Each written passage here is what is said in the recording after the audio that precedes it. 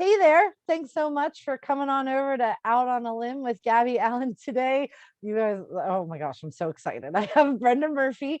We are going to be talking about all the things because, well, we just spent an hour talking about all the things when we were supposed to be recording. So I figured why not hit record and get the rest of it on for you guys to enjoy also.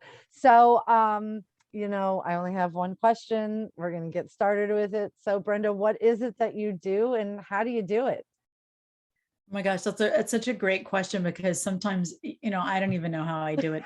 But You're not the I first write, to say that. right? I bet. It's like it's magic. I don't know. Yeah. So I write romance. I write specifically women loving women fiction.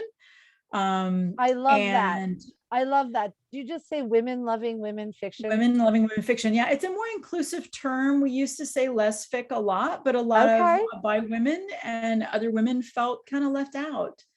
And so women I loving women is what I love use that. now because I want to be inclusive. I I have want people to see goosebumps. themselves. Oh, I good. have, that was beautiful. I've done my job. Yeah, I was just talking to my kid the other day about I had not I think if it's not your experience, you don't always think all the way through a specific scenario. And Mm-hmm. so I was listening to a podcast about bisexuality, and that Mm-hmm. people who are bisexual, especially women, tend to get recategorized as soon as they start a relationship with someone. And so if you start a relationship with a woman, then you're immediately thought of, well, then you're a lesbian, you're no longer bisexual. And if you start with a man, then you're in a straight passing relationship and you're no longer bisexual. And I was like, I did, because that's not something that I have ever had to truly think my way through. It was very interesting to me to hear a different side of that. And so, yeah, I really love the women loving women. I'm sorry, I didn't mean to interrupt you, but I No, was so that's fine. excited That's about fine. that I was like, Yeah. we got to talk a little Yeah. bit about And I that. and I like that. And I hear I do have a lot of different people that read my books. And so I Yes. like that, that can be inclusive. And where was it? How do I do it? That's the Yes. other part. That's the hard part. Okay. So how do I do it? So I write novels and some short stories, but I write kind of shorter length novels. I mean, I usually Okay. somewhere in the 65K range, and That's a novellas sometimes. It's beautiful a number though. it is, and occasionally I'll go a little, that's usually about where I end up. And some of them are only 60, 62, 63, but I don't ever, I'm not a long novel kind of person. I love reading them. I like reading Yes. a long novel, but that's so far, I've not pushed myself to stretch to that 80K, Yeah. which is kind of like the romance, what I call romance standard for Right. long form, the 80K, they all want 80K. Yes. But I'm pretty happy in the zone that I'm in, the not so short, but not, I haven't hit mid length, what they call mid length either. But I I write in the mornings before school. Usually Okay. my kids are homeschooled now, so they're That's in the awesome. house. So my trick is to get up before they get up, and they're, middle schoolers, so they don't get up until like 9:30, usually 9 o'clock, which Yeah. is fine. So I don't even have to get up at the crack of dawn to write. As long as I get up by 7, I can Oh, get 2 or 3 hours in, because we don't start school till 10. And they know that if I'm at the keyboard, unless they're on fire or bleeding, or it's some other kind of emergency, or you their know, blood is on fire. right, That or their blood's also, on yeah. fire, or the Right. dog's throwing up or something, that Right. I'm working, and leave me alone. And I wear Yeah. headphones, so that really helps. I work to music, so that it helps a lot. Do you I work to do. music? So now I'm going to ask then, do you work to music with lyrics or do you work to music that's only instrumental? I not only work to music with lyrics, but I put together a playlist like I'm scoring a movie for my Yes. books. Okay. And with lyrics. And my wife is often freaked out because I will be happily singing along to whatever's going on and typing something completely different Yes. while I work, but it Right. takes up that part of my brain that As you would be do. distracting me Yeah. otherwise from my work. Yeah. So yeah, so that's Have you ever yeah. found yourself accidentally typing the lyrics while you're singing and trying to Never. write a It's a totally Okay. separate thing. And that should tell you a lot about how my brain in particular works. Like it's a totally separate part of my brain that's occupied with those lyrics. And I tend to use music that I know by heart, Okay. you know, and songs that I know by heart, or I'll Yeah. play them so many times. But I started doing that when I wrote my master's thesis between the time my kids were born and Okay. turned it in when they were one, actually right after their first birthday. Wow. Because as soon as my wife found out she was pregnant, I'm like, I got to get my coursework done. I was in the middle of a master's program, and I'm like, I got to get Yeah. my coursework done because I'm not going to be able to do that once the kids are born. I can Right. probably write while they're little. So I worked, there's somewhere in my collection of pictures, there's a picture of my two kids in their bouncy seats asleep.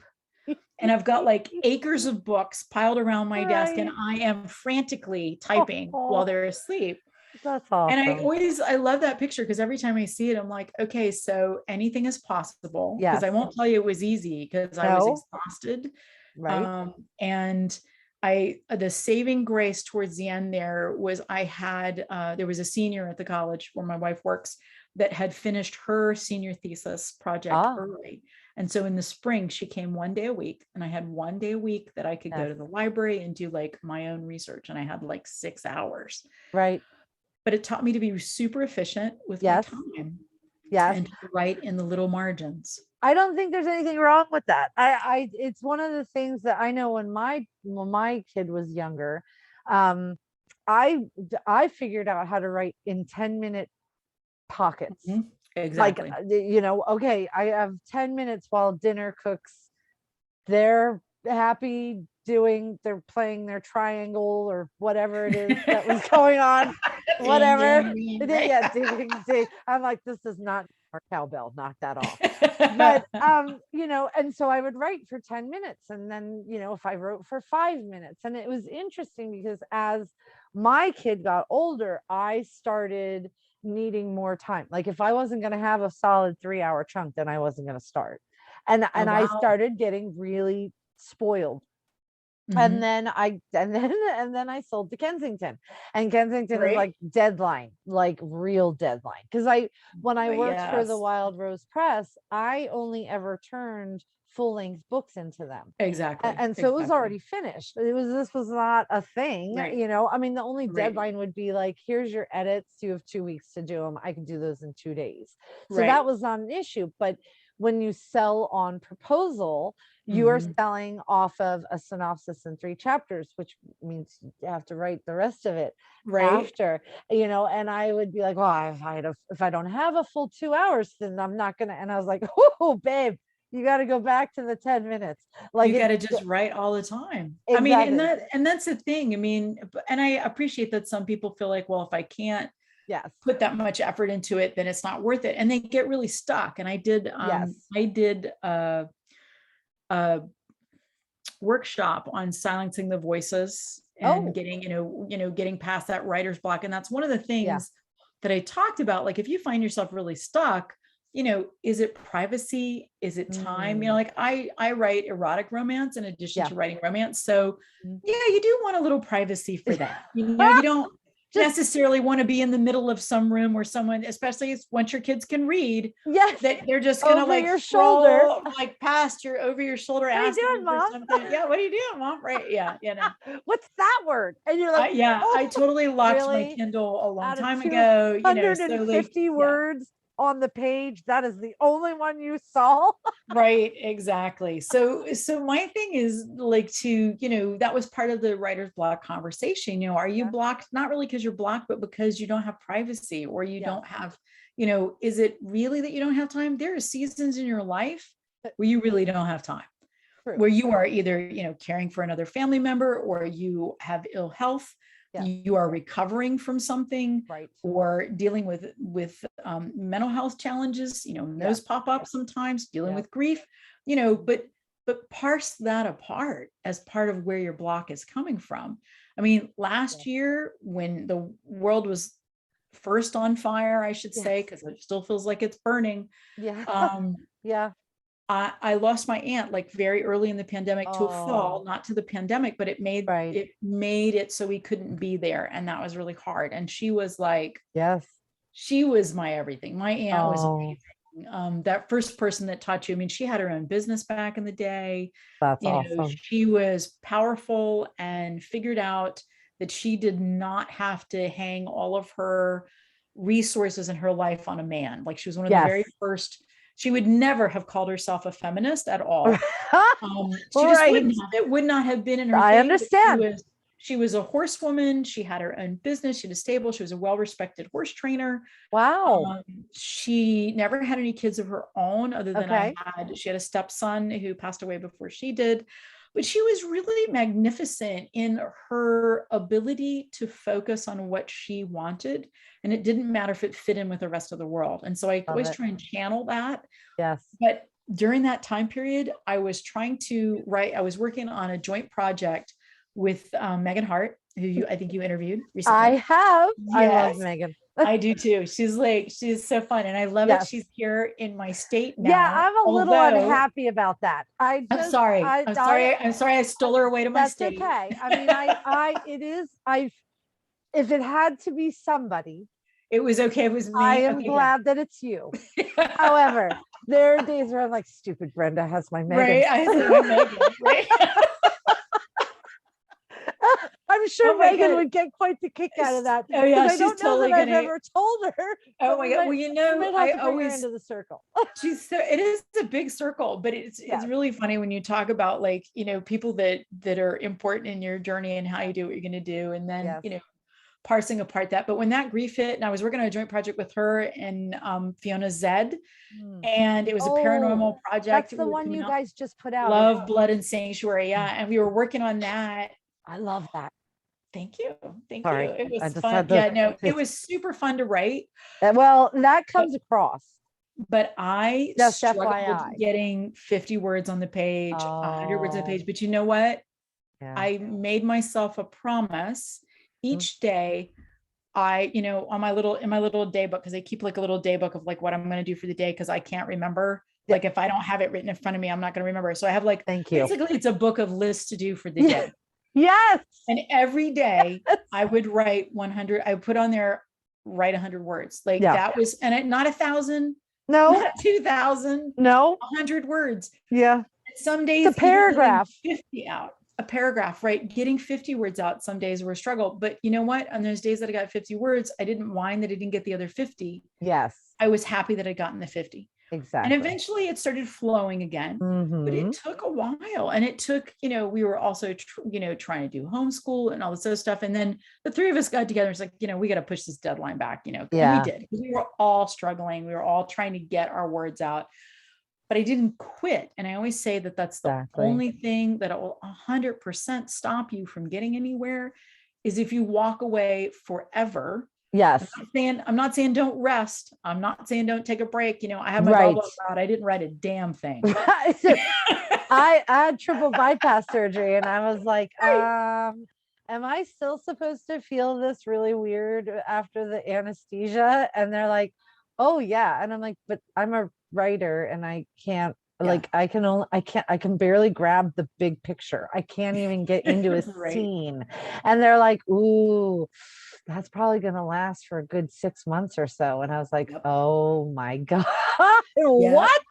But I think, but as you said, and I had not known that you do this, so I'm very excited that we're talking about it, giving yourself that grace and saying, look, this is going on. It's okay. And, if you identify what it is that you're dealing with, I think sometimes you're then able to figure out what can you do around it. Exactly. And if it's nothing, then it's nothing. I have people make 2 lists. Okay. I have people make a list of external things that are stopping them. Okay. And I have them make a list of internal things that are stopping you. I like that. And then I have them pick one thing. Pick one thing and fix that one thing. I hate my desk is a legitimate part of, I hate where it is. I hate that it faces a wall. I want it to face a window. My chair's uncomfortable. I don't have a lock on my door, or I don't even have a door. Or my favorite coffee shop. I had a hard time when my favorite tea shop they moved back to Scotland. Oh, I had written oh, 4 or 5 freaking books oh, in that tea shop, right? oh my And I would gosh. go drop my kids off at school, Yes. drop them off at school. I had a routine. Yeah. 3 or 4 days a week, I would be there. I get my pot of tea. Yes. I would sit in the corner with my back to the wall so that Yes. no one could peep over my shoulder. Right. I have a funny Megan Hart story to tell you about that one. Okay. This, right? And I would write, and I would be there for like an hour and a half, 2 hours. Yeah. When my pot of tea ran out, it was time to go. Yeah.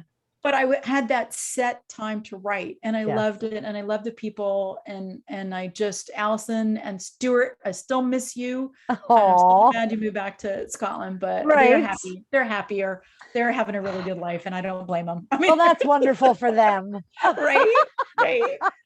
But I missed, so I had to adjust when that happened. So I went back to working at home, and well, it's kind of a form of grief almost. It like was. I don't think that people really truly, they're just like, to get over it in their own head. They're like, so your tea shop's gone, get over it. But I think that there's a validity to saying my tea shop is gone. Oh, what I've written 4 books there, and like that's part of my mojo. And now what do I do? And it was a Scottish tea shop, and the books were set in Scotland, and there were great pictures all over the place, and a suit of armor behind my shoulder, and just and it had bricks. I mean, it was really a great place to work, and it really served the work. But I just had to get over myself and say, okay, what do I really, really miss besides Allison and Stuart? Right, that I can't have. Right, that I can't have. I missed the tea. I missed the tea. And I missed how well they made it. So I learned how to make myself a good cup of tea, and I learned how to make myself a good pot of tea. And then I would make the whole pot of tea and take that up to my office and then work there. And then I just had to get back to it because I wasn't willing to quit. And I wasn't willing to give up that part of it. I just had to find something and whine about it to like everybody I met. That also missed the tea shop, because it's a small town. So it's not just the tea shop experience. It's seeing your friends. Exactly. Somebody get their coffee and having that cute little chat that you can get to. And people here are great. If you've got headphones in and you're working, they leave you alone. Right. Because it's a town of college professors. Oh. If you don't have your headphones in and you're sitting, they'll stop, chat for a few minutes, and they're going to go on and do their thing because they're running their errands or whatever. Yeah. But so you had that social part of it too, because writing can be a very, very isolating, very lonely kind of thing to do. It's very solitary. You don't have an office you go to, so you don't have a water cooler. But so my funny Megan Hart story about the tea shop. So we're chatting, on the computer. Right. And it was about, I don't even know what it was about now, but we're chatting. And I was in the middle of writing a scene, and this nosy Parker lady behind my shoulder is like reading and looking at the screen. And so I typed to Megan, I said, this woman behind me is reading my stuff. And so I had made the messenger a little bit bigger to try and hide what I'm writing. Right. And she says, really? And I went, yeah. I said, I'm kind of hearing the sort of sniffs of disapproval.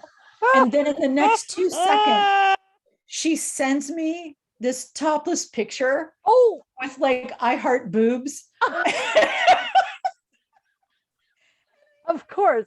Because she's Megan, right? It's right. And I hear this crash of the cup, and then the scurry as they gather their things up, and the huff as they leave the tea shop. And so I write back, thank you. Right. But after that, I started working with my back to the wall all the time. It makes a difference. I actually, when I first met Megan, we were both, funny enough, so I lived in California, she lived in Pennsylvania at the time, and we ended up at a conference in Seattle together. And I had never met her before, but she had the purple hair. This was like 2005. And so she has like purple hair and all this stuff, and so I was fangirling and over just anyone who was writing like books, you do. I had just started, as you do. And so then we moved to Pennsylvania like 4 months later. I walk into my first RWA meeting in central Pennsylvania, and who is sitting at the table? And I was like, oh my gosh, are you Megan Crane? And she was like, no. No.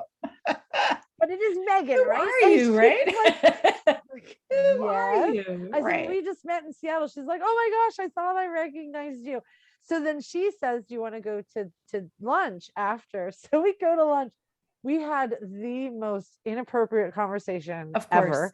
I Right. am sitting at Ruby Tuesdays wondering if I am flaming red or what is going on. Because I'm like, I'm not a prude, but we're in Ruby Tuesdays. And we still talk about that Oh 16 my years God, yeah. later. And I'm just like, you really Yeah. brought the words that day. And she was like, well, I figured I had to break you in. If you weren't going to be able to Right. make it If through you that, weren't it going to be was able to hang the with rest that, of it then wasn't right, worth wasn't going to doing. work. That Yeah. is hilarious. But it Yeah, is, no, it is nice is to why have I'm a friend. published. That's She would probably awesome. disagree with this, but She will. That's how she she works. will. But we went to she was speaking at Surrey. We had met at Spring Fling in Chicago. Yes. And I'm like cruising by the books, and I had read some of her books, and she'd done a class, which was like super fun. And I'd done her workshop, Yes. and I stopped at her table and I was chatting with her about her books. Right. And we really got into a nice chat. And she goes, I'd love to talk with more about it. I said, yes, we should do that. So we ended up at the bar. Of course. And then, of course, like you do. And then we had this really great conversation. That's and awesome. just kind of connected there, right? So then we're just like, messaging back and forth, Facebook, whatever. And then she's going out to Surrey and she goes, hey, I'm going out to speak at this conference. You ever been? Have you thought about going? It looks really good. And I said, yeah, you know what? Let me look at this. I'm like, yeah, look, this looks like fun. So I got to the conference, right? I got to the conference and she's speaking and we just had a really good time. Like not only doing that, but like we went sightseeing because I said, I'm gonna get there a couple of days early. Do you want to like go do stuff? Yeah. So we went and we saw like a bunch of stuff in downtown Vancouver and just did the whole touristy kind of thing. It was a lot of fun. Yes. And, you learn a lot if you do stuff like that with people. Cause like, are you going to be okay or not be okay? And we had just like a fabulous time and laughed uproariously and just, it was great. So while we're sitting there, she goes, and I had my blue pencil scheduled. She goes, I hope you didn't schedule it with me. She goes, you can send me whatever you want anytime and I'll look at it. And I'm like, okay, thank you. This is awesome. Because I'd had like some short stories stuff, right? But nothing really big, not a novel, right? Okay. And so I go and have my blue pencil with Sarah Wendell, who was amazing. And I always credit her with giving me the best writing romance advice ever. That's which awesome. Is if you're going to write romance, you have to build a house around the couple and convince your reader that no one else besides those two people belong in that house. Oh, now that bears thinking about for a moment. And she drew a little sketch. I think I have the paper somewhere where she drew a little house and put little people in it. But it was it was such great advice. And I'm like, okay, that makes total sense. Like that's your job. That is your job, right? In a nutshell, if you're going to write romance. I love it. I like that explanation too, because I work better with concrete thoughts. So if you're like, give me the GMC, and I'm like, all right, the goal is this, the motivation is this, and the conflict is kind of this, but it does feel sometimes very airy. Right. Building a house and making sure that those are the only two people in it. That is a very concrete image. Well, and if you're writing romance, the goal is always love. Always love. I mean, it's like you wouldn't write it. It's so formulaic. I'm like, look, you wouldn't write a mystery and not solve the damn thing. Right? You don't do a police. I mean, there's a point. Thank you, Brenda. That if you don't solve the mystery, people are going to be super mad. They're never going to read you again. You will become a hole in the wall across from them because they nailed your book to it. Exactly. I'm like, if you don't want to write that, write something else, but don't, romance, that's the whole point. So goal, motivation, conflict is like, I do the Wadoogie, like what would they do to get it? Which is like a film thing. Wadoogie. Yeah. That was from, I took a class through Creative Live with Hal Ackerman about writing scripts, writing movies. And that's really when a lot of things clicked for me. Because I write that down. Yeah. What would they do to get it? What would they do to get it? With your Wadoogie? What are they going to do to get it? It's like, what do they want? Why can't they have it? And what would they do to get it? So like, a lot of times it's giving up one thing, you both want the same thing at the same time and you can't have it. You have to give one up. or back off of that, or rethink yourself. Like maybe I didn't really want that, or maybe I thought I wanted that, Right. but really, why did I want that? You know, I mean, so there's a lot of, Interesting. yeah, what would they What do to do get do? it? That's like that's when you put this pressure on, you turn those screws in the Yes. middle of the book. Yes. You're like, okay, it's How getting tight. bad? You got it. It's getting bad. It's getting How bad. How bad do you want it though? It's bad how bad do you now, want it? but Right. what will make you all in? Right. We'll make you on. Okay. I So, love it. right. So getting back to the Megan story. Yes, sorry. So no, it's fine. You know, this is our conversation. It's gonna Rabbit be trail. circular, right? Rabbit trail. Total rabbit trail. We're going to go down different rabbit It's holes. okay. So anyway, We'll so get we're back. coming back from that conference, and I had just sent off like a longer short story. Okay. And for submission, and she says, we're getting on a plane, she goes, "Hey, send that to me so I can read it." And I went, "Okay." I email it to her. She reads it. So, and we're not sitting together because we didn't go together. We just like happened to be on the same flight coming back. Yeah. So I'm like kind of in the middle of the plane. She's at the front of the plane, sort of near the front. Yeah. And I'm sitting there and I don't even know what I think I was reading a book, and I'm on the inside next to the window. She comes storming back down the aisle. And she's like, leans on the seat firm, and she goes, "And these two people here have no idea what's going on." Because she looks really frustrated, right? She's like, "Why couldn't they be together?" And I'm like, "That's how it ended." She goes, no, you need to rewrite that, and it needs to be a book. Oh, just submitted it. I can't rewrite it now. So we're like having this very passionate conversation about this thing that I've already sent off, right? Yeah. And she goes, "Well, it needs to be a book." And then she like leaves, right? And these two people are like, these people are fruitcakes. We don't even know Megan. what is going on, right? I have no problem at all imagining the whole imagining thing. that, I right? love it. So then when I got home and I get the rejection a couple of weeks later, and I was super sad because I really liked the story. I really liked that story. One of the few rejections I've like had to take a moment. Most of the time, this is the blessing part of ADHD. We really can't focus on things for very long. So like a rejection comes in, it's kind of like a goldfish bath. Yeah. Oh, you didn't like that. Awesome. Okay. Sorry. And then you're back around the bowl. Hello again. Yeah. Right. Which is great. I mean, in a way, it's really great because if it doesn't happen, you just like move on because you're good to go. Right. So that's the other thing. I mean, how do you do? Like you have to deal with it, but like in a way, that's a blessing. The blessing part of it, like nothing sticks. Well, right? And that's okay. But flip side is, how wonderful is it to have a friend or to make a friend as an author who like gets you. Oh yeah, it gets you, and not only is not afraid to like yell at you and tell you something needs to be a book.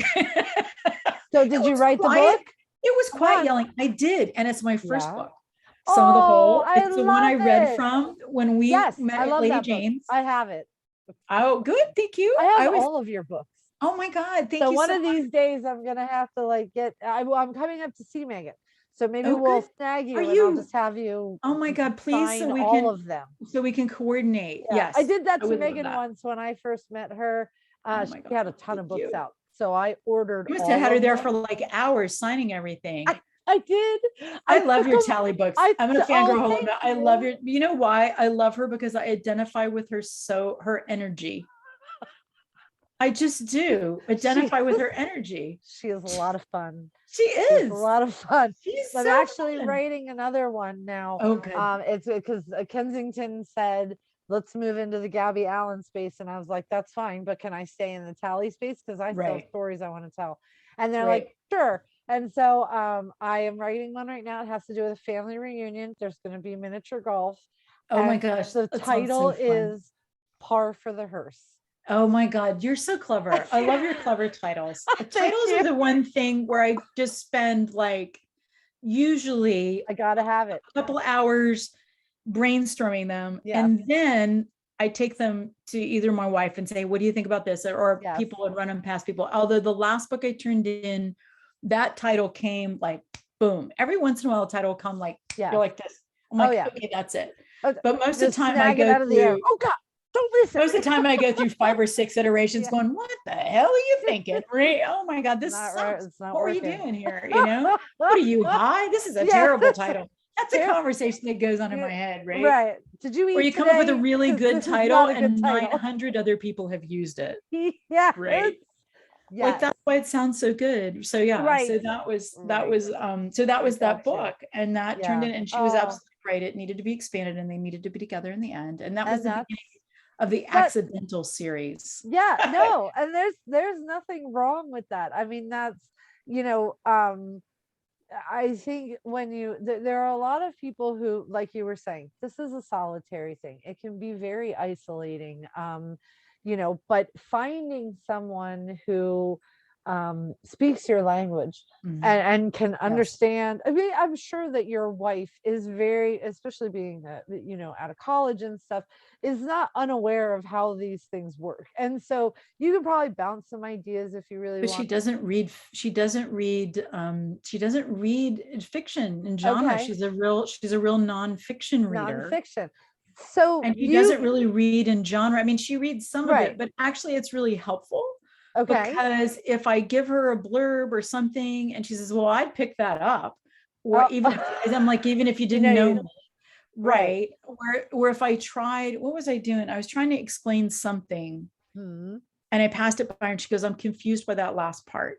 And I'm Oh, like, I said genre conventions. It was a blurb. Actually, it was a blurb for this last thing I turned in. okay. And I showed her the blurb and she goes, it sounds good, but I'm a little confused by that last part. I said, well, let me rework it. And I know if it Right. confuses her because she doesn't read, because people that read romance all the time fill in the gaps. Yes. They will fill in the gaps. Yes. They know the code. They know what you're Uh-huh. saying. They Yeah. will fill in the gaps.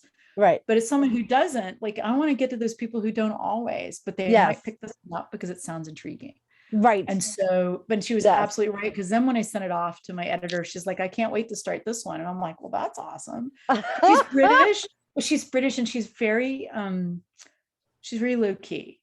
Oh, And so her okay. comments are she's never harsh. She's very Right. low key. But if she writes out to the side of a section, I don't really know what you mean here. I know the entire section needs to be reworked. Yes. It's very interesting, isn't it? So have you had the same editor for every book? I had a different editor for some of the whole, and Oh, then she okay. transitioned to women's literature. And so then I have Oh, Elizabeth Caldwell now, who is okay. amazing and has been with me through all of Rowan House, the rest of Rowan House, from both ends of the whip on, Yes. and through all of the books that I've done with Megan, and also with the University Square series, my new small town romance series. So That's awesome. it's like small towns with kink light. It's a small town with what I say kink light. Yes. It's still got Yeah. some kink in it, but it's not like it's not like the Rowan House novels at all. Okay. It was a big departure, and I was a little nervous. I'm like, oh, can I do this? It's a Of different. course you can. Yeah, I mean, it was just a stretch. It's like the paranormal Yeah, stuff. It's a stretch. Like the of course. first book I did with Megan, the one with the shifters, I'd never written paranormal romance, but Oh, I'd never written it. really? No. That's And I said, well, interesting let's because do your this. story was really, really good. I would Thank not you. have guessed, not Yeah. that all of your stories aren't good, Well, thank but you. because I love them all, but I am surprised, I guess would be the right word, that would have been something that you didn't already like, or that you weren't already knee deep in. Yeah, no, but I mean, Okay. I read so the first paranormal I did was the shifter book that we did, the soul burn that I did with Yes. Megan, with the shifters. Yes. And we outlined that on our road trip to Chicago for our spring fling trip that we took That's after she awesome. moved here. It was great. And then we did the Love, Blood, and Sanctuary because Yes. my friend Fiona was a big Megan fan. And I know Okay. Fiona because she actually went to school with my wife. And Oh, so, right. And she's a good friend. And I said, hey, why don't we do this all together? right. But that was in my head and I didn't say it out loud. You Oh. know how you have those conversations? And then Yes. I was doing a podcast. And they said, if you could write a book with anybody else. And I said, you know what? I'd really like to do a paranormal romance anthology with Megan Hart and my friend Fiona Zed. And then I'm like, and then I stopped for a minute. And I Did said, you Fiona, and I actually said, tell Fiona, them? I said, I'm serious about this, and I'm sure Megan will be fine with it. I love So then it. I'm like, you are fine with it. She goes, oh Yeah. yeah, this will be fun, right? So Yeah, we that's did it. all right, right? Because I already signed us up. We have tickets. I I got signed the us up for suite. this, right? It It's was really we're all gonna be okay. right. It was really fun. Yeah, we're That's talking awesome. about doing a gothic Ooh, Gothic novella project for nice. it's sometime in the next year. It's on our whiteboards. It's on our Okay. to-do list, and we're supposed to Yes. meet together sometime and chat like through how we're going to do Oh, that. Yeah, because we both really like Gothic stories. Like yes. so I went back and I read I read the House on the Strand, and I read The Birds again, and I Yeah. read my God, what's the other one? With Manderley. Help me, I'm having a Oh no. yes, you Uh know, oh, with the house, as soon as you put Manderley. me on the spot, I'm gonna have to look now. It's the really famous one. Cal Burnett Holy, used to spoof it all the time. do you know? Oh yes. Rebecca. Okay, That's thank it. you. You I know, reread that. people who are listening to this are probably going, Rebecca, Rebecca. Rebecca. They're shouting it at the screen. So I Yes. reread Rebecca. I was like, reread all the stuff. Yes. And what's the other one with the pirates? Damn. Oh my gosh. Every time You you know ask that me a one. question, I Right. I do, know. but every time you Right. ask me You a know what I'm talking question, about. my brain just goes, Yeah. Yeah. My brain too. I'll remember it yeah, at 2:00 in the morning. absolutely. And As you yeah. do. Yeah. Yeah. As you do. Yeah. I'll remember it Right. later. But yeah, so Email me. that's like kind of up. And then, That's in awesome. finding your ways, you're talking about how you do the things you do. I Yeah. will never live long enough, even if I live to be 120, which is my goal, Okay. um, to do all of the things I have ideas for. Yes. Yes. I have the plethora of ideas problem versus the I don't know what to write about problem. I never don't Yeah. not know what to write about. Right. But I struggle with focusing on the next right thing right now. Okay. So I'm in that weird place. Like I just signed a contract for the 4th book in the University Square series. The I'm so 3rd book excited. releases in like 2 weeks. Yeah. That Yeah. one releases or September, Uh-huh. September Yeah. 13th. So like, It's yeah, coming. it's coming. Yeah. So I'm in the promo phase for that, teasing everybody to let them know this is going to be a fun book. And the ones Yes. that, are my groups, so they know it's coming. Yeah. But then I'm like, I want to do a Halloween story. I did a Halloween story last year and did it as a Okay. freebie for my newsletter. Like I did it as a Awesome. freebie. It was really fun. I did like this ghost story Okay. where the ghost actually gets to be intimate with the woman who actually sees the ghost. Oh, which one of my cool. friends said, I don't think I've ever like seen that in a book. I said, well, think about it. All Souls Night, the veil Right. is thin. You get to be like a human Yes. again for how many, you get to inhabit your body again for Yes. this short period of time. Absolutely. So, like, what do you do? What do you Right. want to do? How do you want to do this? So yeah, so that was really, really fun to write. That's awesome. So the book that the thing that I just brainstormed today, and I do a lot of either mind mapping for Yes. because I can put all the bubbles out to then bring them all together. I mind map. Or I'll do a scene list. Like sometimes things come to me I always write a scene list of whatever I'm doing. Yes. Like after the mind map, I'll yes. do I call it a list. timeline.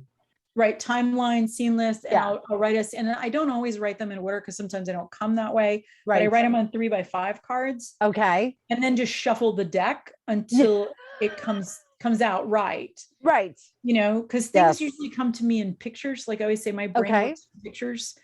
Like I hear dialogue in my head and I see my characters like it's a movie. Like I basically am translating a movie. I have the same. Paper. That's how I do it too. I've talked to people who don't do it at all like that. And I love that there are differences, but I also enjoy talking to somebody who does have the same thing. I feel like I am, like you said, I'm transcribing the movie that's up there. That's in your head. Well, and I struggled in the beginning with structure. And this would be my advice for anybody who's struggling with structure. Okay. I have a non-linear brain. Okay. But stories need to progress linearly or your readers are going to be really frustrated with you. So what I did was I took several screenwriting classes. Oh. Because it helped me. It's a visual medium, which is how my brain works. Okay. You have to be very, very succinct in your storytelling. You have to be logical. You can't make these great leaps or you're going to make a crap movie, which is not to say there's not crap movies out there. Well, yeah. But you have to be able to lead and you get 90 minutes to do it. Yeah. Or 90, or 90 scenes if you use 90 scenes. And that clicked for me. Like I saw the guy who directed Milk and his name's going to go right out of my head, but he talked about, or not directed, but who wrote Milk. Right. He talked about when he did the screenplay and he's the same thing. He does all this research and then he distills it down into one scene that conveys what he wants. And then he Okay. lays them out on his table, and he has like from one corner to the other in 90 scenes worth, cut, cut, cut, cut, cut till it makes sense and tells the story that he wants. Wow. So I work with the 100-pack 3x5 cards. Right. My favorite thing when I start a new, like I'll write a scene list out, and Yeah. I'll just keep writing scenes as they come to me. Okay. Like and they're not in order. And then I transcribe them to the 3x5 cards. I might add a little bit of, sometimes it's really simple, like they're busted, or Right. some little thing that lets me remember what the scene is. Yeah. And so then I take that and then I lay them out on the floor because I don't have a big enough table. I have seen your pictures. Right. So I lay them out on the floor until they make sense. And so That's and then awesome. I stack them back up and I put them in the scrivener, and then I start writing, and I write straight through from the beginning of the scenes to the ends of the scenes.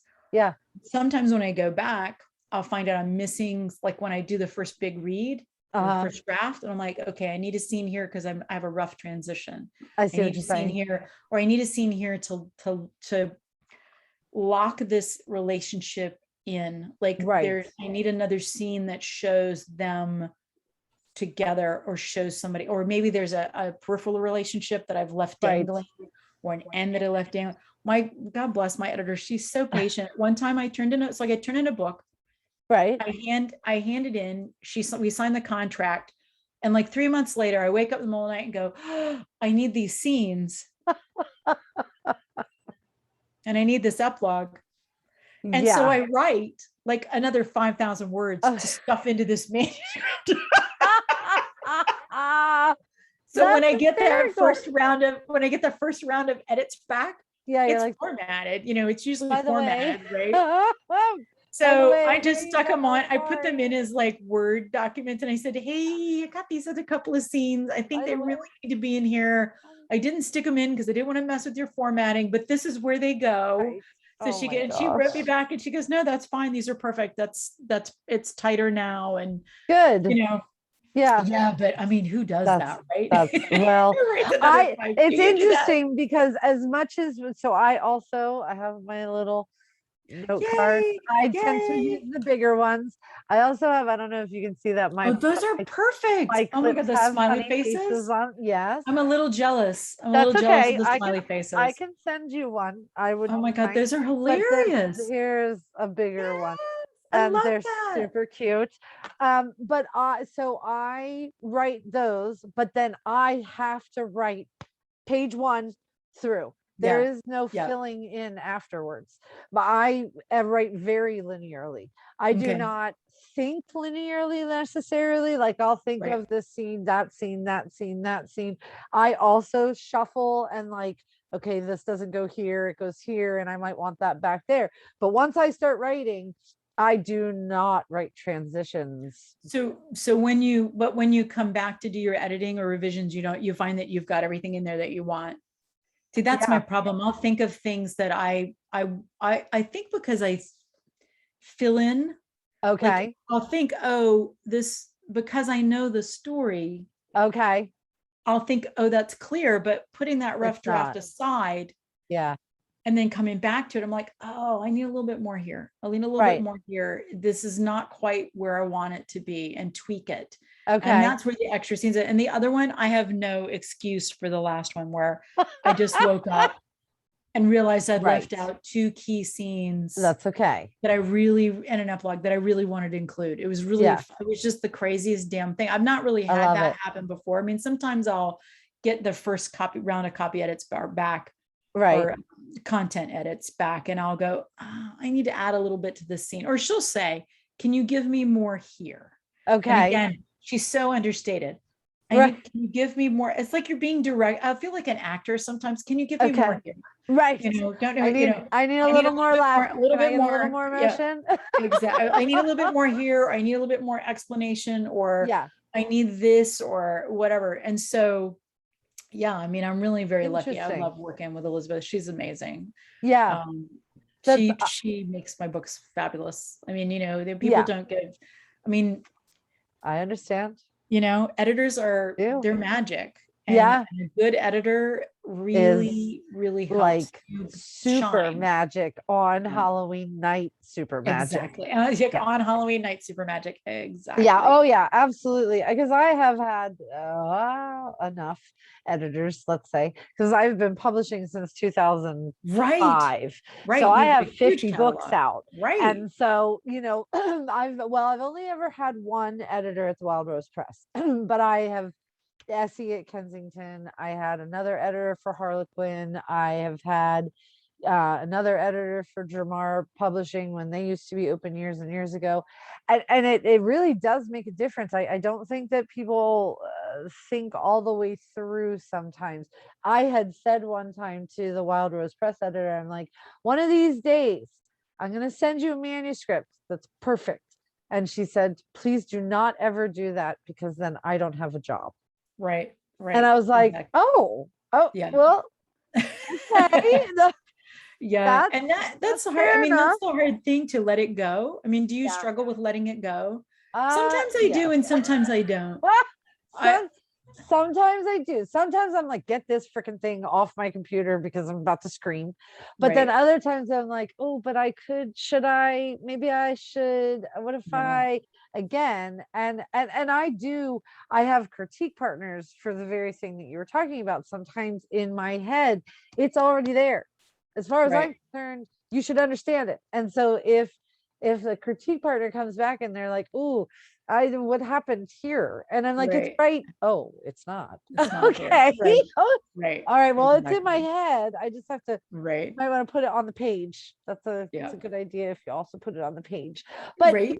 I think when it comes to um the writing, I definitely edit it, and so there Mhm. are As things you that go I will. along, do you edit as you go No, along? no. Yeah. So I write from first page to last page, and Fast draft. then I try to edit it like within 2 to 3 days. Like Mhm. that Yeah. is my Yeah. sole focus because that's how I best retain information. Right. Yeah. And I'm not, I can put it aside for like a weekend, okay, but I I could need do to that get, but I need to get back usually. And I pretty usually only quickly. work Monday through Friday Oh, because okay. I keep my weekends for the family and do stuff. Yes, I usually work Monday through Friday. right. Um, but I put it aside for a weekend, but then like Yeah. you, I need to get back into it because Yeah. I'm holding pieces of that story, Yes. and I'm holding the emotion more than anything else. Like I'm holding Okay. that emotion that I want to convey, because different books, to me, even though they're romances, they have different kind of themes or Oh, kind of emotions that absolutely. I'm looking for in Absolutely. that book, Yeah. or they're mirroring the kind of story that I want. Like if Yes. it's based on like Some of the Whole is like kind of a Yes. Beauty and the Beast sort of a narrative. Yes. And Yep. that is part of that what I wanted to hold on to, Right. that characterization of that novel. And Right. then the one that's coming out, the one that's coming out next, so Bookends, Uh-huh. deals with not necessarily moving on from grief, but moving through grief to a Yes. different place. Okay. And where are you going to be? And like you Yeah. have to work that out, and working through your fears of loss, Right. um, fears of just life in general, that can get you so balled up after you have a really big loss that Yep. you can't go get anywhere. And so that, holding on to that emotion and wanting to hold on to that. The one that I just turned in is really a lot darker than the Okay. other books. That's And I had okay. a fabulous time writing it because I Good. got to deal with those really juicy Yeah. kinds of emotions. Right. And I can't wait for that one to come out. I mean, like, it's like, I'm so Me excited either. for people to read that. It's like, yeah, Hey, that one's I'll going to be, brace that myself one's, for that. That you one's have to gonna pace be a yourself. brace But yourself. Bookends, I Okay. mean, I'm excited for Bookends to come out too, because I Yeah. think that but you know how you have that one book, like Oh, yeah. when Love, Blood, and Sanctuary came out, like I had such a fun time writing it, Yes. and I can say that Yes. Bookends was kind of it was an emotional book to write, Okay. emotional because it's dealing with That's all grief, right. because Yeah. it's dealing with a special needs child, which is like Oh, my okay. reality, and dealing, Right. dealing with your life in general, just life Yeah. in general. Because again, it's small town, it's Yeah. real life problems. Yep. None of these people have enough money to wave a magic wand and make it all go away. Right. They're Right. worried about what I've happened. always struggled with that. I know that, when I was more romance centric as opposed to the mystery centric that I am now, I always struggled with making those stories like super billionaires and Yeah. Yeah. secretaries and stuff, like the tropey things that they wanted. I wanted to give them to you. I Right. just didn't know how. How, I right. was gonna, what's life without sprinkles, for as much as everybody says that they snorted tea out of their nose on that and thought it was so hysterical, which I Right. appreciate. It also deals with a little boy who's 10 years old who finds out that he is a bastard. Yeah. And he knew that his parents did not get married. He knew that his dad had gone to college instead of raising him. He knew that he had not talked to him since he was like 3 years old. But somebody comes into school and says, well, you don't have your dad, therefore you're a bastard. He comes home to his mom and says, bastard. And she's like, yeah, no, we don't use that. And he's like, no, but you're going to call me bastard Justin from now on. And she's Oh like, yeah. ha ha ha. And then Wow. she goes Yeah. and bawls her eyes out and says, that was the one, just the one thing that I Right. didn't want to have happen. And some people are Right. like, that was such a cute book. And I'm like, that's awesome. I love that you thought it was a cute book. It's also a really deep book. Yeah. Because I did that to my mother. I Oh came wow. home and I Okay. was like, no, I'm Yep. bastard Misty. And she was like, no, no, you're not. And I'm like, oh, yes, I am. You didn't marry my dad. So I Oh was born wow. on the Right. wrong side of the blanket. And you're Right. like 8 years old. How the hell do you even know that? How do you right? And how do you But process? somebody tells you that. And I think Right. sometimes, at least for my heroines, Yeah. I would say 99% of the time, my heroines are about embracing who you are, Mm. celebrating who you are. And I don't care if you don't like that. Yeah. And that's such a I great don't need message. to change who I am. Right. You need to accept me for who I am, but I have to accept me for who I am first. Right. You have to love me for who I really am, Yes. not who you think I am. Or not who you want me to be. And not fall in love with the idea of me. And Oh, that is that the next Rowan House. Like I'm oh, going to is go back to it? Rowan House. Yeah. The next Okay. Rowan House deals with the idea of people falling in love with the idea of you Oh, versus the who you that really are. Like Rita Hayworth said, they go to bed with Gilda and they wake up with me, yes. and like Yes. that whole idea that you people build up in their minds this image of you of who you're not really, Yeah. and then coming to terms with and finding the person who sees behind the mask, or the Yes. mask, or that you're willing to drop the mask in front of. Yes.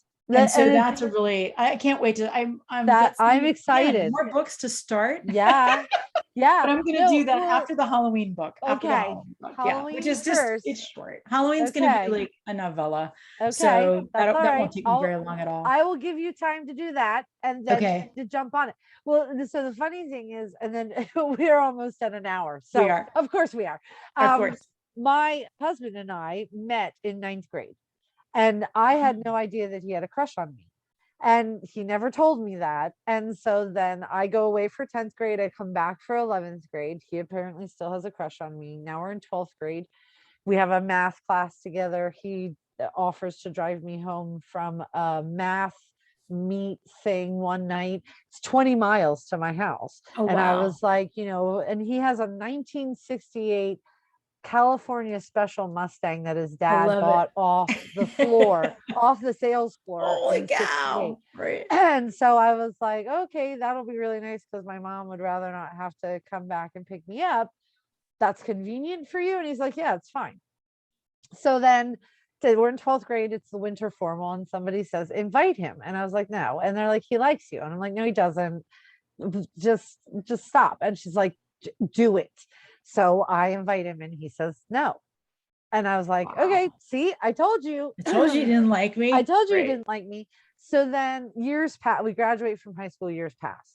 And I see him at a coffee shop. I didn't know it was him though. So I'm sitting at this coffee shop, Oh, tea shop with my friend, and I look over and I'm like, oh, I would not mind a piece of that. And she's like, do you know right. who that is? And I was like, no, and neither do you. And she's like, that's Daniel Simon. And I said, oh my God, I have to bleach my eyebrows because that's Right. sacrilege. We're not allowed to lust after Daniel. Right. No, no. Right. And so he always had a girlfriend or I had a boyfriend. And Yeah. so we would always say, how's the husband or how's the wife? And so one day we're at another coffee shop and he says, how's the husband? I said, I don't have one. And I was like, how's the wife? And he said, I don't have one either. And I said, oh, I'm so sorry, here's my pager number, which of course dates me, but that's okay. So we're like dating and stuff. And so years later I was like, well, why did you say no to winter formal? And he said, because I couldn't afford to take you in the way that I wanted to.